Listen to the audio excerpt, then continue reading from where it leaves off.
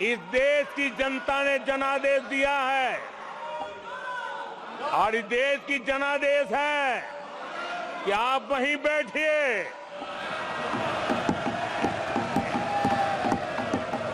विपक्ष में ही बैठो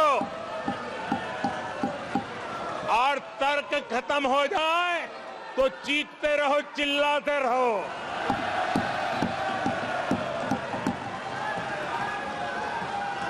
आदरणीय सभापति जी, कांग्रेस के इतिहास का ये पहला मौका है जब लगातार तीन बार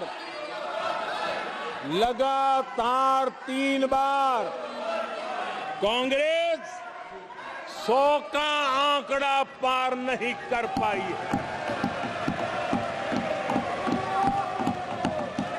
कांग्रेस के इतिहास में ये तीसरी सबसे बड़ी हार है, तीसरा सबसे खराब प्रदर्शन है। अच्छा होता कांग्रेस अपनी हार स्वीकार करती, जनता जनार्दन के आदेश को सर आंखों पर चढ़ाती, आत्ममंथन करती, लेकिन ये तो कुछ शीर्षासन करने में लगे हुए हैं।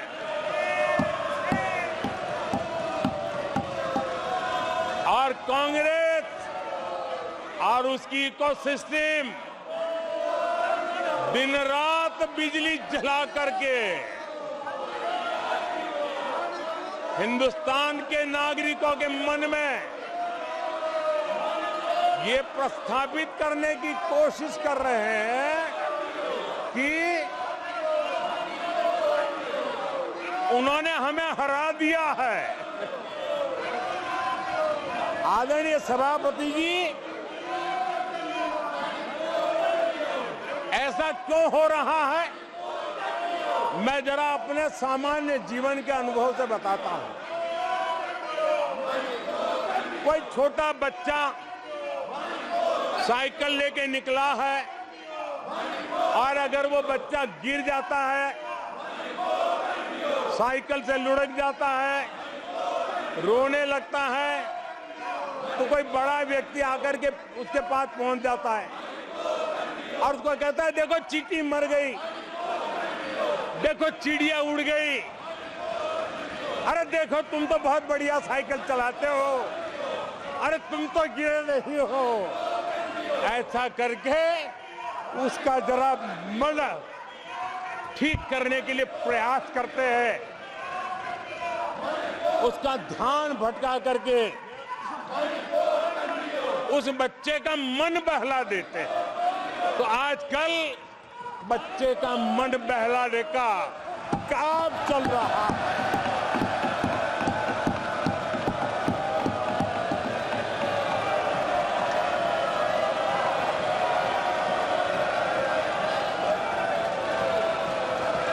और कांग्रेस के लोग और उनका इकोसिस्टम आजकल ये मन बहलाने का काम कर रहा है।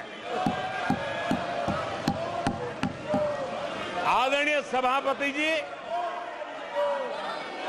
1984 उस चुनाव को याद कीजिए। उसके बाद इस देश में 10 लोकसभा के चुनाव हुए, 10 लोकसभा के चुनाव हुए। 84 के बाद 10-10 लोकसभा के चुनाव होने के बावजूद भी कांग्रेस 250 के आंकड़े को छू नहीं पाई है।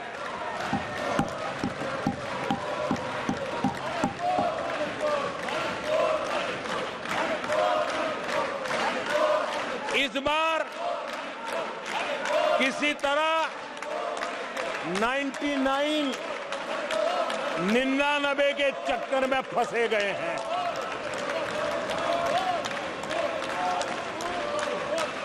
आदरणीय सभापति जी, मुझे एक किस्सा याद आता है।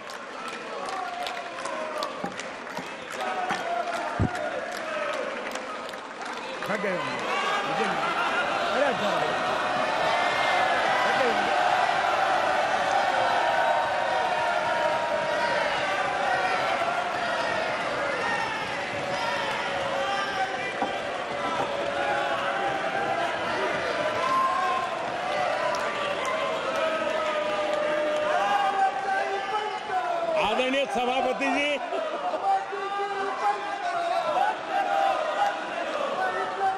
मुझे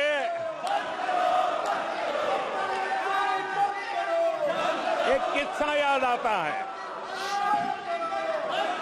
आदरणीय सभापति जी, मुझे एक किस्सा याद आता है। 99 मार्क्स लेकर एक बालक घमंड में घूम रहा था और देश सबको दिखाता था, देखो कितने ज्यादा मार्क्स आए हैं। तो लोग भी जब 99 सुनते थे तो शाबाशी देते थे, बहुत उसको हौसला बुलंद करते थे। तो फिर उनके टीचर आए कि भैया किस बात की मिठाई बांट रहे हो, ये 100 में से 99 नहीं लाया, ये तो 543 में से लाया है।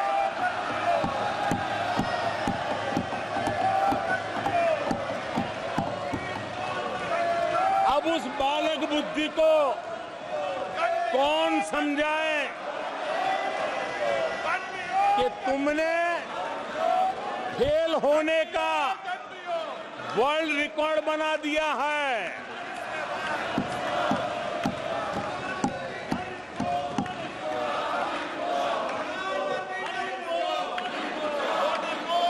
कांग्रेस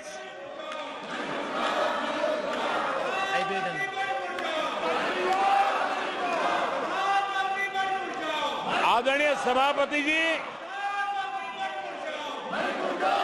कांग्रेस के नेताओं के बयानों में ये बयानबाजी ने शोले फिल्म को भी पीछे छोड़ दिया है।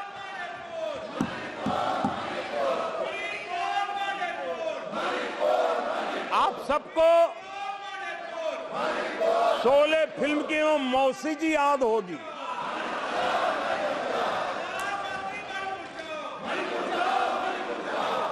तीसरी बार तो हारे हैं, पर मौसी ये बात तो सही है, तीसरी बार ही तो हारे हैं, पर मौसी मोरल विक्ट्री तो है ना। आदरणीय सभापति जी, 13 राज्यों में 0 सीटें आई हैं। अरे मौसी, 13 राज्यों में 0 सीटें आई हैं, पर हीरो तो है ना।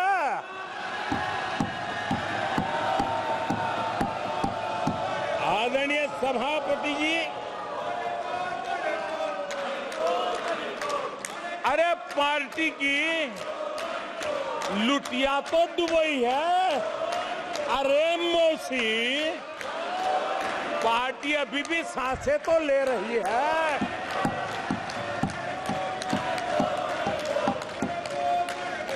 मैं कांग्रेस के लोगों को कहूंगा, जनादेश को फर्जी जीत के जश्न में मत दबाओ। जनादेश को फर्जी जीत के नशे में मत दबाओ, उस जश्न में मत दबाओ। ईमानदारी से देशवासियों के जनादेश को जरा समझने की कोशिश करो, उसे स्वीकार करो।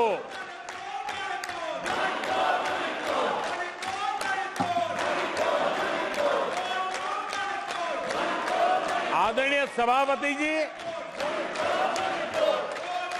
मुझे नहीं पता कि कांग्रेस के जो साथी दल है उन्होंने इस चुनाव का विश्लेषण किया है कि नहीं किया है। ये चुनाव इन साथियों के लिए भी एक संदेश है। आदरणीय सभापति जी, अब कांग्रेस पार्टी 2024 से एक परजीवी कांग्रेस पार्टी के रूप से जानी जाएगी। 2024 से जो कांग्रेस है वो परजीवी कांग्रेस है, और परजीवी वो होता है जो जिस शरीर पर उस शरीर के साथ रहता है, ये परजीवी उसी को ही खाता है। कांग्रेस भी जिस पार्टी के साथ गठबंधन करती है उसी के वोट खा जाती है और अपनी सहयोगी पार्टी की कीमत पर वो फलती फूलती है, और इसलिए कांग्रेस परजीवी कांग्रेस बन चुकी है। मैं जब परजीवी कह रहा हूं तो तथ्यों के आधार पर कह रहा हूं। आदरणीय सभापति जी, मैं कुछ आंकड़े आपके माध्यम से सदन को और इस सदन के माध्यम से देश के सामने रखना चाहता हूं। जहां जहां भाजपा और कांग्रेस का सीधा मुकाबला था, या जहां कांग्रेस मेजर पार्टी थी और साथी के पास 1-2-3 सीटें थी, वहां कांग्रेस का स्ट्राइक रेट सिर्फ और सिर्फ 26% है, 26% है। लेकिन जहां किसी का पल्लू पकड़ करके चलते थे, जहां वो जूनियर पार्टनर थे, किसी दल ने उनको कुछ दे दिया मौका, ऐसे राज्यों में कांग्रेस जहां जूनियर पार्टनर थी उनका स्ट्राइक रेट 50% है, और कांग्रेस की 99 सीटों में से ज्यादातर सीटें उनके सहयोगियों ने उनको जिताया है। और इसलिए मैं कहता हूं ये परजीवी कांग्रेस है। 16 राज्यों में जहां कांग्रेस अकेले लड़ी, वहां उसका वोट शेयर इस चुनाव में गिर चुका है। आदरणीय सभापति जी, गुजरात, छत्तीसगढ़ और मध्य प्रदेश, इन 3 राज्यों में जहां कांग्रेस अपने दम पर लड़ी और 64 में से 64 में से सिर्फ 2 सीट जीत पाई है, 64 में से 2। इसका साफ मतलब है कि इस चुनाव में कांग्रेस पूरी तरह परजीवी बन चुकी और अपने सहयोगी दलों के कंधे पर उन्होंने चढ़ करके ये सीटों का आंकड़ा बढ़ाया है। अगर कांग्रेस ने अपने सहयोगियों के जो वोट खाए हैं वो अगर न खाए होते तो लोकसभा में उनके लिए इतनी सीटें जीत पाना भी बहुत मुश्किल था।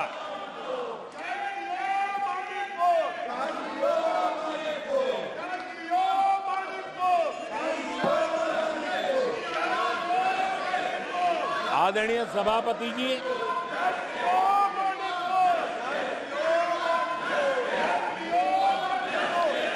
ऐसे समय एक अवसर आया। देश ने विकास के रास्ते को चुना है। देश ने विकसित भारत के सपने को साकार करने का मन बना लिया है। तब भारत को एकजुट होकर समृद्धि का नया सफर तय करना है। ऐसे समय ये देश का दुर्भाग्य है कि हिंदुस्तान में 6 दशक तक राज करने वाली कांग्रेस पार्टी अराजकता फैलाने में जुटी हुई है। ये दक्षिण में जाकर उत्तर के लोगों के खिलाफ बोलते हैं, ये उत्तर में जाकर के पश्चिम के खिलाफ जहर उगलते हैं, पश्चिम के लोगों के खिलाफ बोलते हैं, महापुरुषों के खिलाफ बोलते हैं। इन्होंने भाषा के आधार पर बांटने की हर कोशिश की है। जिन नेताओं ने देश के हिस्से को भारत से अलग करने की वकालत की थी, उनको संसद की टिकट देने तक का दुर्भाग्य हमें देखना पड़ा, जो कांग्रेस पार्टी ने पाप किया। कांग्रेस पार्टी खुलेआम एक जाति को दूसरी जाति के खिलाफ लड़ाने के लिए रोज नई नई नैरेटिव गढ़ रही है, नए तय अफवाहें फैला रही है। आदरणीय सभापति जी, देश के एक हिस्से के लोगों को हीन बताने की प्रवृत्ति का भी कांग्रेस के लोग बढ़ावा दे रहे हैं। आदरणीय सभापति जी, कांग्रेस देश में आर्थिक अराजकता फैलाने की दिशा में भी सोची समझी चाल चल रही है। चुनाव के दौरान जो बातें की गई, राज्यों में, उनके राज्यों में जिस प्रकार से आर्थिक कदम ये उठा रहे हैं, ये वो रास्ता आर्थिक अराजकता की तरफ देश को घसीटने वाला है। उनके राज्य देश पर आर्थिक बोझ बन जाए, ये खेल जानबूझ करके खेला जा रहा है। मंचों से साफ साफ घोषणा की गई, अगर इनके मन का परिणाम नहीं आया, 4 जून को देश में आग लगा दी जाएगी, लोग इकट्ठे होंगे, अराजकता फैलाएंगे। ये अधिकृत रूप से आह्वान किए गए। ये अराजकता फैलाना इनका मकसद है। भारत की लोकतांत्रिक प्रक्रिया को सवालों के घेरे में लाकर अराजकता फैलाने का प्रयास किया गया है। सीएए को लेकर जो अराजकता फैलाई गई, देश के लोगों में गुमराह करने का जो खेल खेला गया, पूरी इकोसिस्टम इस बात को बल देती रही ताकि उनके राजनीतिक मकसद पूरे हो। आदरणीय सभापति जी, देश को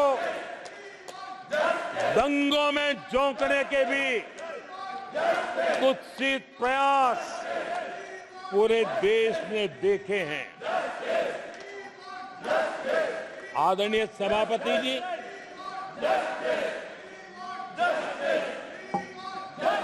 आजकल सिंपैथी गेन करने का एक नई ड्रामेबाजी शुरू की गई है, नया खेल खेला जा रहा है। मैं एक किस्सा सुनाता हूं। एक बच्चा स्कूल से आया और जोर जोर से रोने लगा और उसकी मां भी डर गई, क्या हो गया, बहुत रोने लगा और फिर कहने लगा, मां मुझे आज स्कूल में मारा गया, आज स्कूल में मुझे उसने मारा, आज स्कूल में मुझे इसने मारा, और जोरों जोरों से रोने लगा। मां परेशान हो